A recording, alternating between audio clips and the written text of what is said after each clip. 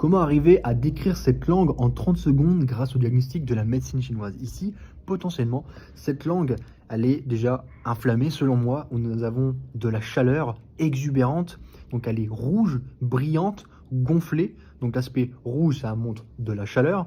L'aspect brillant, ça montre un manquement de liquide. En fait, on dit rouge et brillant, on appelle ça un bit de yin, manque de liquide en soi, si je vulgarise les propos, amène à ce que, comme dans une casserole, vous avez les liquides du corps, vous avez l'eau, vous avez la casserole qui sont votre corps, et il y a le feu en dessous. Au bout d'un moment, les liquides, il n'y en a plus. Bah là, en fait, chez cette personne, c'est exactement ce qui s'est passé. Le corps est hyper inflammé, donc nous avons l'aspect inflammé de partout, donc potentiellement, cette personne elle a des douleurs articulaires, inflammatoires, qui avec des articulations chaudes, douloureuses, des douleurs musculaires dans tout le corps, un aspect de voilà, de chaleur qui fait que on est dans une exubérance de tout d'aspect à cet aspect-là.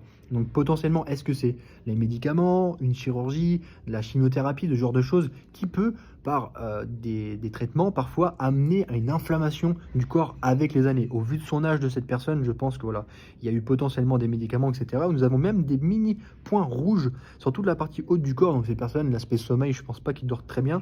D'un point de vue ici même, le creux, il est sombre. C'est comme si on avait du froid, voire de la stase de sang. La partie basse du corps, donc l'aspect des reins, l'aspect urinaire, etc. Chez cette personne, potentiellement des problèmes prostate, des problèmes d'incontinence urinaire, avec douleur des lombes et des genoux, problèmes de mémoire, etc. Je pense qu'il est vraiment là-dessus, mais l'aspect euh, on a de la sécheresse en fait sur tout cet aspect-là qui vient jusqu'au dans le poumon. On avons une grosse fissure et qui est assez sombre. Ça montre potentiellement du froid et une notion de stase de sang qui fait que le sang ne circule pas bien, qui peut amener à avoir des douleurs articulaires, etc. Mais là, on est sur la zone du poumon. Donc, est-ce que l'aspect émotionnel chez lui a été également touché? Mais au vu de l'inflammation ici, l'aspect digestif est aussi très fortement touché selon moi parce qu'on a un manque d'enduit. Il n'y a pas d'enduit, nous sommes censés en avoir. Là, on a même de la brillance, on n'a pas du tout d'enduit.